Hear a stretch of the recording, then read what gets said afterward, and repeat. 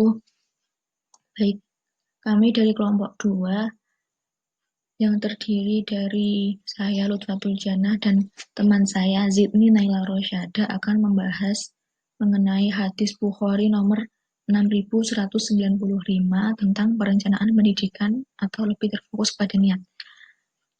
Baik, langsung saja kita masuk kepada punya hadisnya. Ini bisa dibaca ya. Kemudian kita masuk kepada ini, makna hadis.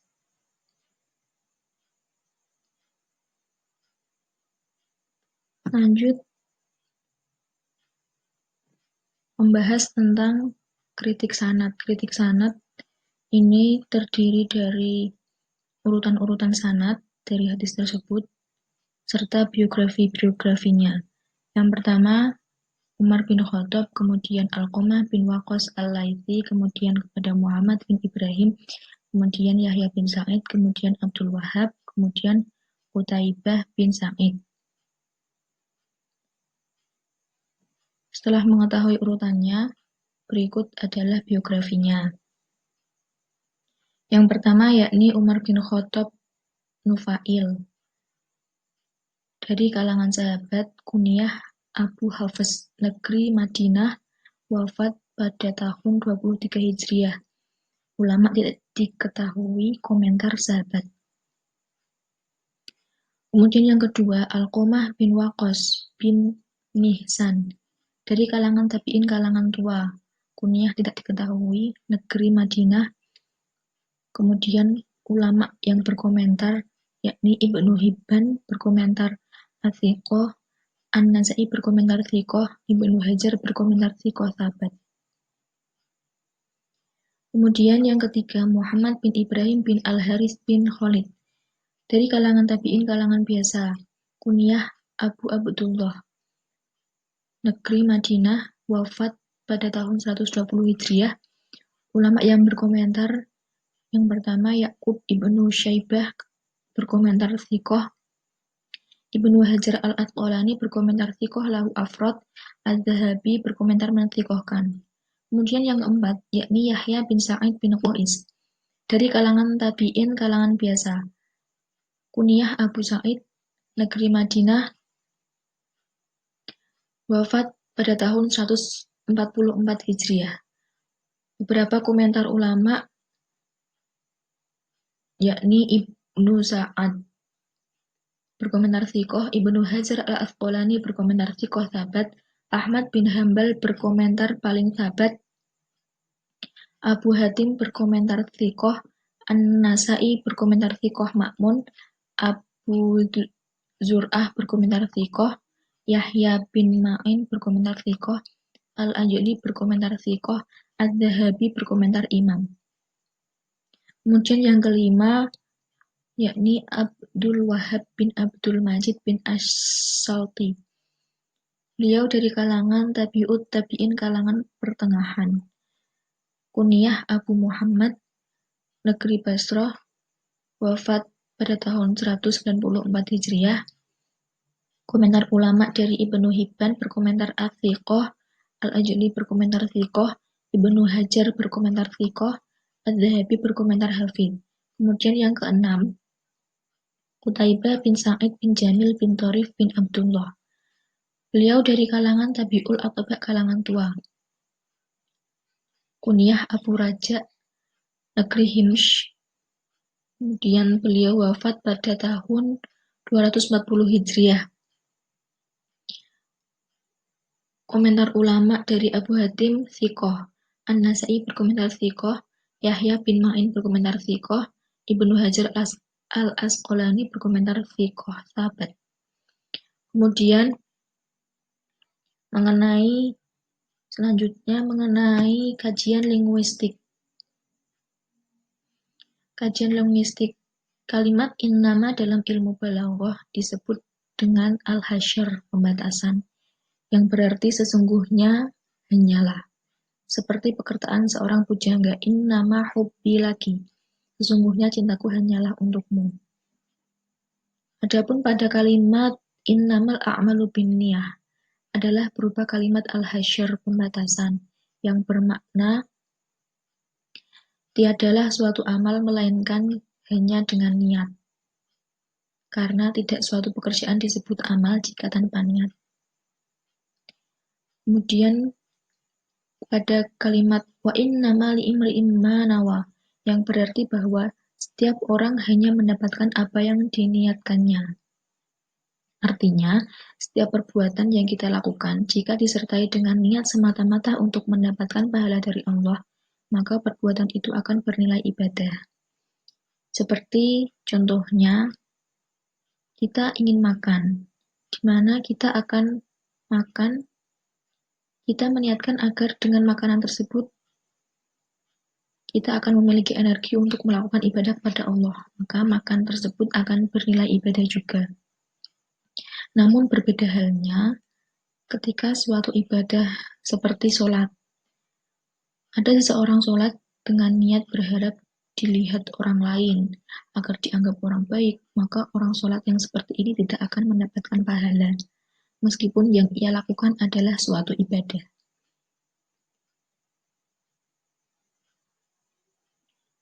Kemudian pada kalimat faman kanat hijratuhu sampai ke akhir hadis, ini adalah penjelasan dari perkataan Rasulullah SAW, yaitu pada saat terjadinya hijrah-hijrah pada Islam ada 5. Adapun hijrah yang dimaksud dalam hadis ini adalah saat hijrahnya umat Islam dari kota Makkah ke Madinah. Ada seorang yang berhijrah bukan karena ingin menjalankan perintah Allah dan mengikuti Rasulullah, akan tetapi orang ini berhijrah dengan maksud untuk menikahi seorang wanita yang bernama Ummu Qais.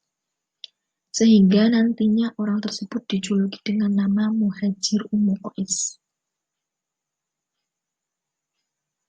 Adapun bagi para sahabat yang berhijrah dengan niat menyelamatkan keimanannya agar dapat menjalankan perintah Allah serta mengikuti Rasulullah, maka pahalanya berada di sisi Allah dan pahalanya dapat langsung dinikmati di dunia atau di akhirat kelak, atau akan dirasakan di dunia dan di akhirat.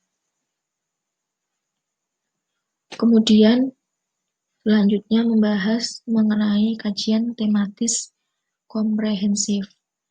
Kajian ini kita mempertimbangkan teks-teks hadis lain yang memiliki tema yang serupa baik dari segi lafaz ataupun maknanya. Ada 12 hadis yang kita ambil yang berdasarkan tema Bukhari nomor 6195. Yang pertama ada hadis Bukhari. Terdapat 3 hadis Bukhari. Yang pertama Bukhari nomor 1, Bukhari nomor 52, Bukhari nomor 6439. Kemudian ada hadis Bukhari kemudian ada hadis Muslim nomor 3530, kemudian Abu Dawud nomor 18082,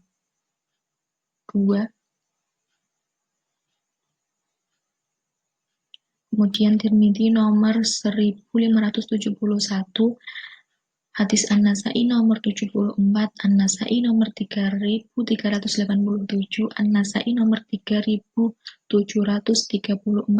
kemudian Ibnu Majah nomor 4217, kemudian ada 2 dari hadis Ahmad, yakni nomor 163 dan 283. Kemudian selanjutnya masuk kepada kajian konfirmatif. Kajian konfirmatif di sini berfungsi untuk mengkonfirmasikan makna hadis dengan petunjuk-petunjuk Al-Quran. Dalam hal ini, hadis berkaitan dengan hadis Bukhari nomor 6195, kita mencoba mengkonfirmasikan hadis tersebut dengan ayat Al-Quran surat Al-Hasyr ayat 18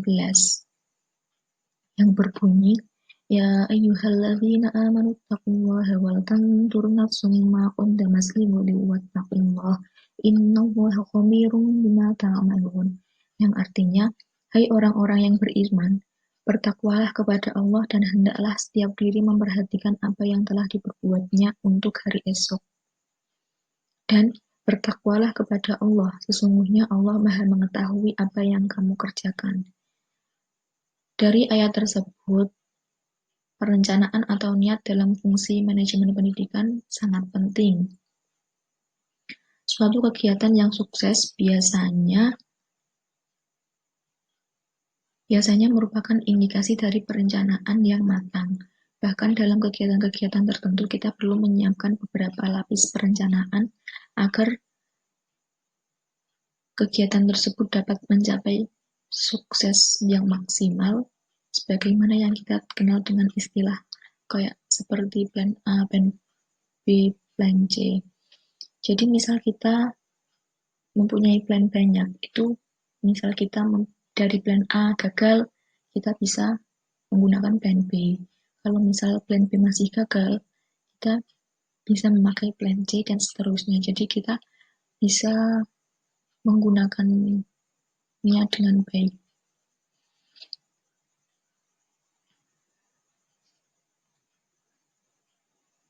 Hijrah dari Mekah ke Madinah bukan karena mencari keutamaan hijrah, tetapi karena mengincar seorang wanita yang ingin dinikahinya. Imam Ibnu Daqiq al-Id berkata, mereka meriwayatkan bahwa ada seorang laki-laki yang berhijrah dari Mekah menuju Madinah. Dengan hijrahnya itu dia tidak menghendaki keutamaan hijrah. Dia hanya menghendaki agar dapat menikahi seorang wanita yang bernama Ummu Qais. Dapat disimpulkan bahwa seorang laki-laki tersebut ikut hijrah ke Madinah bukan untuk mendapatkan pahala hijrah, melainkan demi mengejar cintanya pada Ummu Qais. Kemudian turunlah hadis ini yang merupakan teguran dari Rasulullah SAW kepada sahabat yang turut hijrah ke Madinah, akan tetapi niatnya bertentangan dengan tujuan utama hijrah, yaitu untuk menjaga keimanan, menjauhi kezaliman dan kemungkaran yang sedang terjadi di Makkah.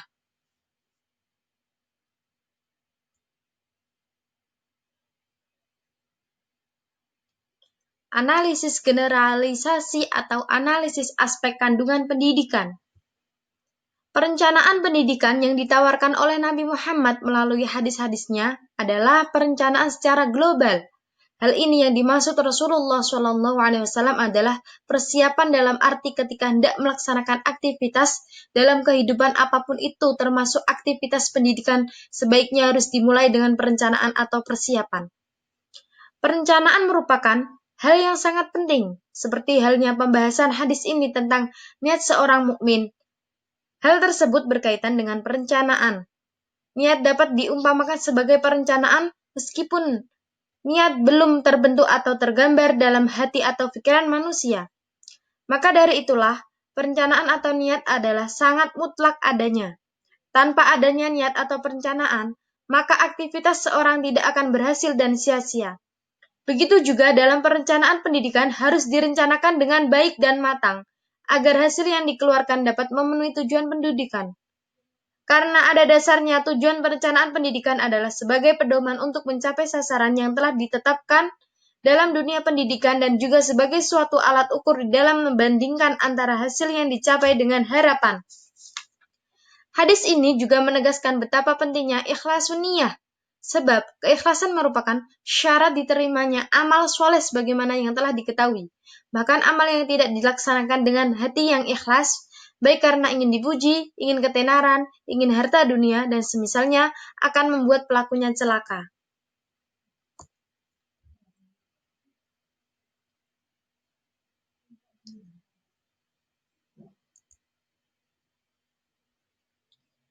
Kritik praksis.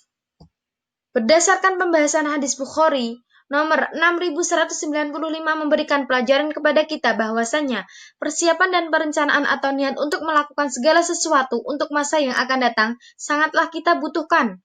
Untuk itu, persiapan atau perencanaan termasuk dalam hal pendidikan, baik itu perencanaan jangka pendek, sedang, atau panjang, harus benar-benar dilaksanakan agar dalam semua kegiatan atau aktivitas dapat terukur, teramati dan terevaluasi secara baik dan bertanggung jawab. Kunci utama kegiatan perencanaan adalah proses kegiatan perencanaan itu sendiri. Selain itu, pada hadis ini mengajarkan kita supaya selalu berencana atau berniat dengan tujuan yang positif dan tentunya harus disertai dengan rasa ikhlas. Begitu halnya dengan pendidikan. Karena pendidikan merupakan ujung tombak keberhasilan, maka pendidikan pun harus direncanakan sebelum dilaksanakan dengan niat yang ikhlas supaya mendapatkan hasil yang sesuai dengan apa yang diharapkan. Apabila pendidikan di suatu negara berhasil, maka kemajuan pun akan semakin berkembang pesat. Begitupun sebaliknya, jika pendidikan itu gagal, maka negara itu akan mengalami kemunduran.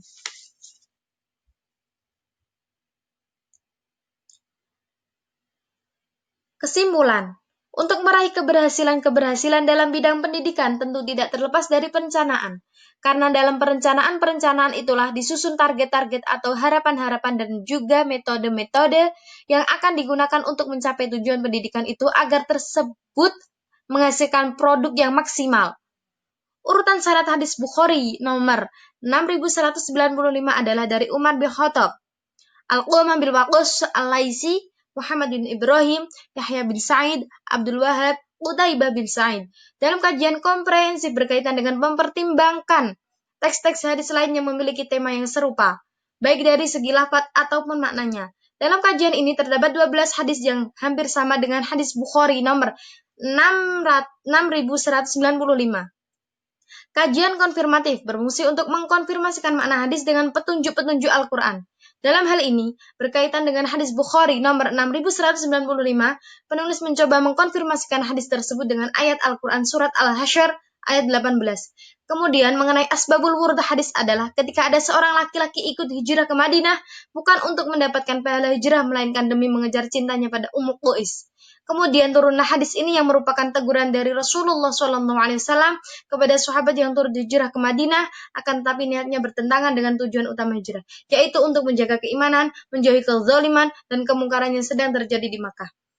Berdasarkan pembahasan hadis Bukhari nomor 6195 memberikan pelajaran kepada kita bahwasannya persiapan dan perencanaan atau niat untuk melakukan segala sesuatu untuk masa yang akan datang sangatlah kita butuhkan.